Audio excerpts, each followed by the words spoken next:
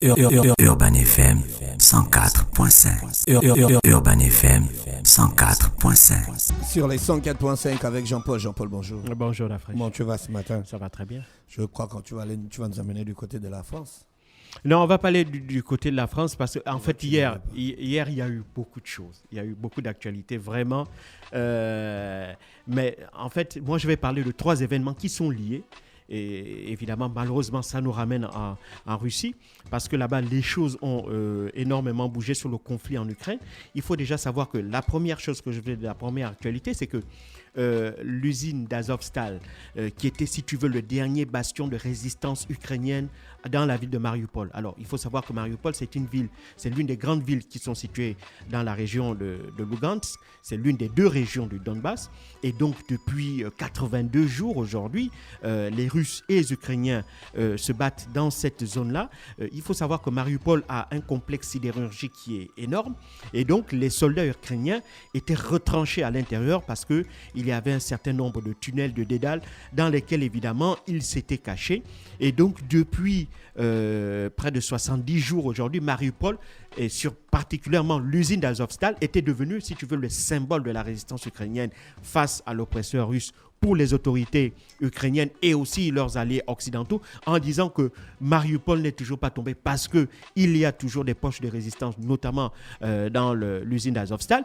Et l'une des choses sur lesquelles il est intéressant de revenir aussi ici, c'est sur la communication concernant Azovstal, en disant que les soldats ukrainiens, ils avaient des équipements, ils avaient de la nourriture, alors que les médias russes, donc les médias occidentaux disaient que les Ukrainiens avaient des équipements, ils avaient de quoi tenir pendant des mois et des mois, ils étaient parvenus à trouver, si tu veux, des issues par lesquelles on parvenait à leur faire venir des armes en petite quantité et même des munitions, qu'ils avaient même reçu de nouvelles munitions, alors que l'on avait des vidéos dans lesquelles certains militaires, notamment du régiment Azov, qui étaient dans l'usine d'Azovstal, disaient qu'ils n'avaient plus de munitions, quasiment plus, qu'ils n'avaient quasiment plus de nourriture et que si rien n'était fait, c'est-à-dire que s'il n'y avait pas une aide extérieure, soit, c'est-à-dire un assaut sur Mariupol pour leur créer un corridor vers Azovstal et leur venir en aide, eh ben, ils n'allaient pas tenir longtemps.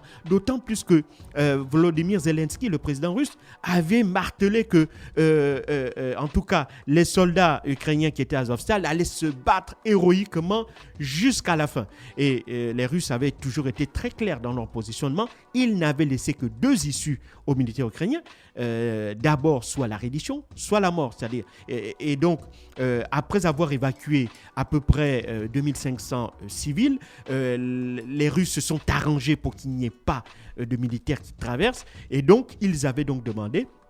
Et par la suite, ils avaient maintenu leur position. Vladimir Poutine, on se rappelle des images qui avaient circulé dans les médias, dans lesquelles il discutait avec son ministre de la Défense, et il avait été clair. Aucun militaire ne passe s'il ne dépose pas les armes. Et donc, les Russes, l'état-major russe a appliqué à la lettre cet ordre-là. Donc, il y a eu un block-out total sur Azovstal après le retrait des quelques civils qui étaient à l'intérieur. Et par contre aussi, il y a une deuxième chose qui m'a énormément choqué, c'est les chiffres. Il ne faut pas l'oublier. Les médias occidentaux et ukrainiens en tête, en fait, les médias occidentaux reprenaient les annonces des médias ukrainiens sans aucune vérification. Les Ukrainiens disaient qu'il y avait près d'1 millier de soldats Azov à l'intérieur de l'usine Azovstal et il y avait près de 3000 civils.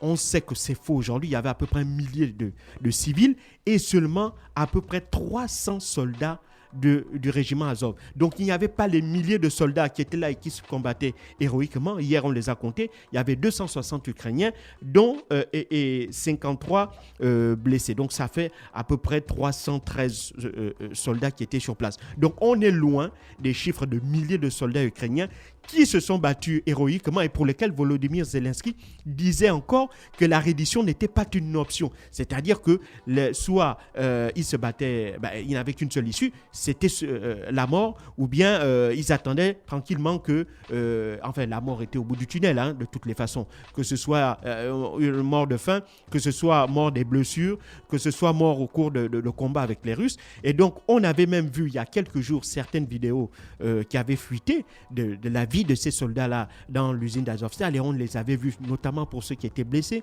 Certains avaient subi des amputations, d'autres avaient des blessures graves et donc on craignait une forme de septicémie qui pourrait également engager leur pronostic vital. Donc tout ça, évidemment, est tombé en brèche hier puisque les soldats du régiment Azov ont décidé de se rendre. Ils n'avaient pas d'autre choix, c'était ça ou bien la mort. Maintenant, évidemment, ils ont été conduits dans des zones qui sont sous contrôle des alliés russes, notamment la ville de Novozovsk, et une autre partie, notamment pour ceux qui sont blessés, dans la ville de Lenivka, à travers un couloir humanitaire mis en place par les Russes. Ça, c'est la première chose. La deuxième chose qui est liée à la première, c'est que la Finlande et la Suède ont décidé sans attendre, de demander leur adhésion au sein de l'OTAN, l'organisation du traité de l'Atlantique Nord. Ils estiment que, au regard de ce qui se passe en Ukraine, leur neutralité, la neutralité dans laquelle ces deux pays avaient fait, si tu veux, leur positionnement politique sur l'échiquier international, ne tenait plus, étant donné qu'ils estimaient que la Russie était capable de les envahir et donc de ne plus tenir compte de leur neutralité là. Et donc, il faut savoir que pour la Finlande et la Suède, c'est un peu particulier, les raisons pour lesquelles ces deux pays déjà ont adopté ce mode de principe en termes de relations internationales. La Finlande, pour les gens qui ne le savent pas, la Finlande faisait partie de la Russie jusqu'à la révolution de 1917. C'est après l'effondrement de l'Empire russe que la Finlande avait décidé de prendre son indépendance. Elle était restée un petit temps au sein des républiques socialistes soviétiques, mais elle avait aussi fini par quitter cette union-là. Et donc, elle avait décidé, durant la guerre froide, de ne pas prendre position ni pour le camp socialiste, ni pour le camp capitaliste. Et donc, elle avait décidé de mettre en place la neutralité en s'inspirant de ce que, par exemple, la Suisse avait toujours fait. Par contre, la Suède, elle est rentrée, elle a mis en place cette neutralité-là un peu à l'époque de la guerre froide, juste après la Seconde Guerre mondiale. Il faut savoir qu'après l'effondrement du Troisième Reich, l'Autriche, qui avait été absorbée en 1937 dans le cadre de l'Anschluss, avait donc décidé de reprendre son indépendance. Et donc, elle aussi avait décidé de ne pas choisir un camp, c'est-à-dire ni le camp socialiste, ni le camp capitaliste. Et ensuite, dans les années 90, en fait, ce n'était pas la neutralité, c'était d'abord le non-alignement, et c'est ce non-alignement qui est devenu, après l'effondrement du mur de Berlin et la fin de la guerre froide, ce que l'on appelle maintenant la neutralité. Donc, la neutralité, c'est le principe selon lequel on ne penche ni en cas de conflit, en fait, c'est ça la neutralité. En cas de conflit, quel que soit le conflit à travers le monde, ces pays-là ont décidé de ne soutenir aucun camp parce que à chaque fois qu'il y a des guerres dans le monde, chaque camp a souvent des soutiens. Donc, la Finlande et l'Autriche et la Suède, pardon, la Finlande et la Suède, étaient rentrés d'abord dans le non-alignement, puis basculés dans la neutralité, comme je l'ai dit à la fin, après la chute du mur de Berlin en 89 et l'effondrement de l'URSS en 91. Et donc, aujourd'hui, les événements ont précipité leur lecture, si tu veux, des relations avec la Russie, ce géant russe. Et donc, pour se prémunir d'un éventuel assaut ou d'une attaque de la Russie, la Suède et la Finlande ont donc décidé d'adhérer à l'OTAN. Il faut savoir que pour la Finlande, c'est aussi un peu plus particulier puisque, contrairement à la Suède, la Finlande n'a pas de frontière avec la Russie, de frontière directe. La Finlande a une frontière de près de 1320 km avec l'URSS et avec la Russie, et ça, c'est quelque chose qui est difficile du fait de la neutralité. Elle ne craignait rien et maintenant, il va falloir mettre en place toute une organisation pour veiller justement à la surveillance de cette frontière-là. Et ça, évidemment, c'est quelque chose dont elle n'a pas la capacité opérationnelle et donc elle souhaite, par le biais de l'adhésion à l'OTAN, d'avoir justement l'aide des autres pays membres pour pouvoir garantir sa sécurité par le biais d'une surveillance plus accrue de cette frontière avec la Russie. Mais ces adhésions ne sont pas encore effectives. Pourquoi ? Parce qu'il va falloir convaincre un pays qui s'y oppose farouchement, à savoir la Turquie. Il faut savoir que dans le traité de l'Atlantique Nord, toute adhésion doit être préalablement validée à l'unanimité par l'ensemble des membres de l'OTAN. Or, actuellement, il y a un pays, comme je l'ai dit, la Turquie, qui est farouchement opposé à l'adhésion de la Suède et de la Finlande. Pourquoi ? Parce que la Turquie a un contentieux avec ces pays-là. Elle estime que ce sont des pays qui sont des refuges pour les membres du PKK, le Parti des travailleurs du Kurdistan, qui est un parti politique qui est considéré par la Turquie comme étant un groupe terroriste. Et donc, Ankara demande depuis à tous les pays qui hébergent des membres de cette organisation de soit les expulser de leur territoire, soit carrément les extrader vers la Turquie. Ce que la Finlande et la Suède ont toujours refusé. Et donc, il est clair que pour l'instant, le président Recep Tayyip Erdogan a fait savoir que pour la Turquie, pour l'instant, il était hors de question de valider donc une entrée de la Finlande et de la Suède au sein de l'OTAN. La Russie aussi, de son côté, a réagi en disant que cette adhésion-là allait aggraver la situation sécuritaire dans cette zone-là, mais que ça ne constituait pas une menace directe pour l'instant. Donc pour l'instant, ça ne constitue pas une menace, et ça, on le comprend très bien, parce qu'il faut bien savoir que la Russie n'a jamais eu de velléité d'envahissement de ces deux territoires-là pour deux raisons. La première raison, c'est qu'il n'y a pas de population russophone ni en Finlande ni en Suède. La deuxième raison, c'est que ni la Suède ni la Finlande ne possèdent une armée conventionnelle. Du fait de leur neutralité, ils avaient donc décidé durant des décennies de ne pas investir dans l'armement, de ne pas investir dans la mise en œuvre d'une armée conventionnelle. Et donc, d'un point de vue militaire, d'un point de vue sécuritaire, la Finlande et la Suède, tant qu'elles ne sont pas encore dans l'OTAN, ne constituent pas une menace. Mais évidemment, si à l'avenir, la Turquie changeait d'avis et ainsi permettait l'adhésion de la Finlande et de la Suède, et qu'ensuite, dans le cadre de la mise en œuvre de ce traité de l'Atlantique Nord, des bases de l'OTAN, donc des bases américaines, étaient installées en Finlande et en Suède, là, évidemment, on scruterait avec beaucoup d'attention l'attitude de la Russie. Mais pour le moment, on n'en est pas encore arrivé là. Et donc, la Russie reste encore dans des communiqués qui visent à, si tu veux, à prévenir ces pays-là des risques éventuels sur le plan sécuritaire que pourrait entraîner cette décision. Et puis le troisième événement dont je veux parler, c'est l'Eurovision. Vous avez entendu l'Eurovision. Ouais. C'est ce concours qui est organisé chaque année entre les 27 pays de l'Union européenne et dans lesquels, évidemment, des groupes qui représentent chaque pays viennent participer au vote.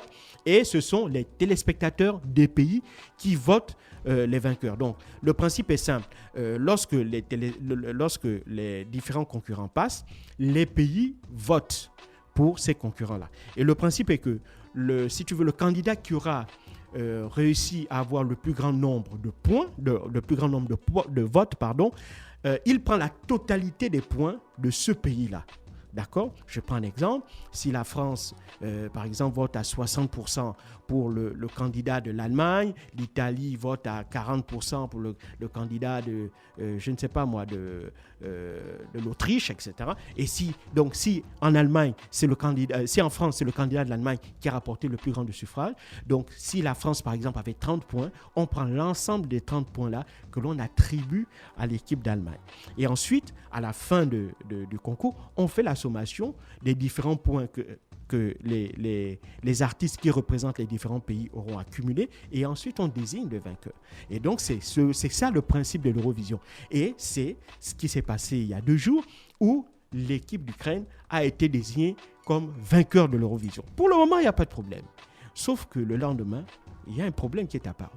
À savoir que la Roumanie a fait savoir officiellement au comité d'organisation de l'Eurovision qu'ils ont été surpris que dans la nuit, au moment où on décomptait officiellement les voix, que les voix de la Roumanie, qui devaient normalement être attribuées à la Moldavie, les voix de la Roumanie qui devaient normalement être attribuées à la Moldavie, soudainement, sont partis en Ukraine.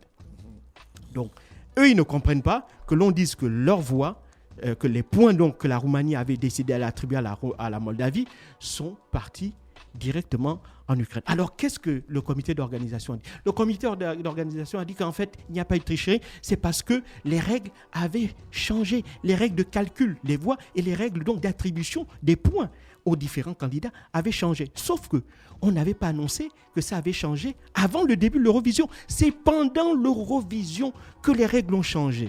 Et donc, là, pour le moment, ce n'est que la Roumanie qui se plaint du fait que les points qu'elle avait attribués à la Moldavie n'ont pas été faits. Et la deuxième chose, c'est qu'en réalité, le principe voudrait que durant l'Eurovision, ce sont les pays eux-mêmes qui annoncent, si tu veux, les candidats pour lesquels ils ont voté. Et donc, ce sont les pays eux-mêmes qui annoncent à qui ils accordent leurs points.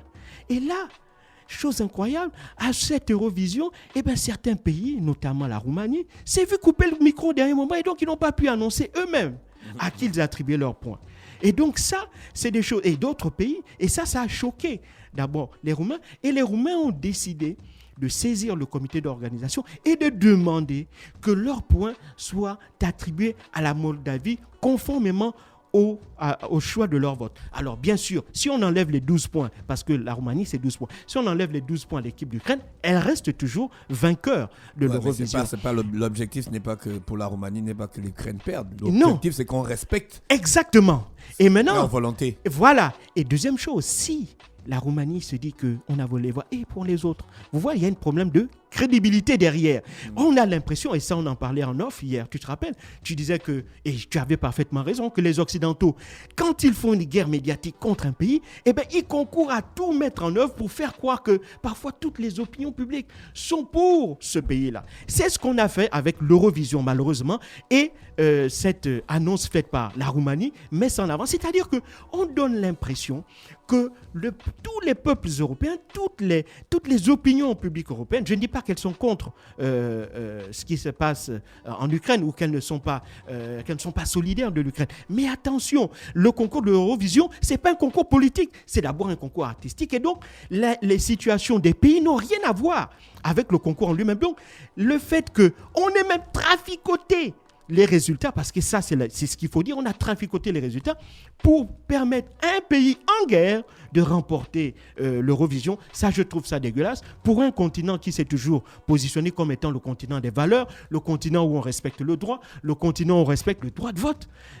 Et donc là, aller tomber aussi bas au point de manipuler un concours aussi prestigieux que l'Eurovision, ça, évidemment, ça jette de l'opprobre sur les éditions futures de l'Eurovision, d'autant plus que Charles Michel, le président de la Convention européenne, qu'est-ce qu'il a dit encore? Il a dit encore quelque chose d'assez grave, c'est-à-dire qu'il dit que, parce que le principe est que le pays qui remporte l'Eurovision organise l'édition qui suit sur son territoire. Maintenant, l'Ukraine a gagné l'Eurovision. L'Ukraine va donc organiser la prochaine édition de l'Eurovision. Et que dit Charles Michel? Charles Michel dit que l'Ukraine va organiser l'Eurovision lorsqu'il sera unis et libérés. Donc ça veut dire que l'année prochaine, la guerre sera déjà terminée, l'Ukraine aura reconquis la totalité de son territoire et c'est dans cette Ukraine réunifiée et libre que va être organisé le concours de l'Eurovision. On ne demande qu'à le croire, mais ça évidemment, je ne pense pas que ça soit très réaliste. Merci Jean-Paul qui revenait sur l'actualité internationale ce matin sur les 104.5 Urban FM, la station urbaine dans le Da Fresh Morning. Restez connectés, on se retrouve juste derrière. Urban FM 104.5.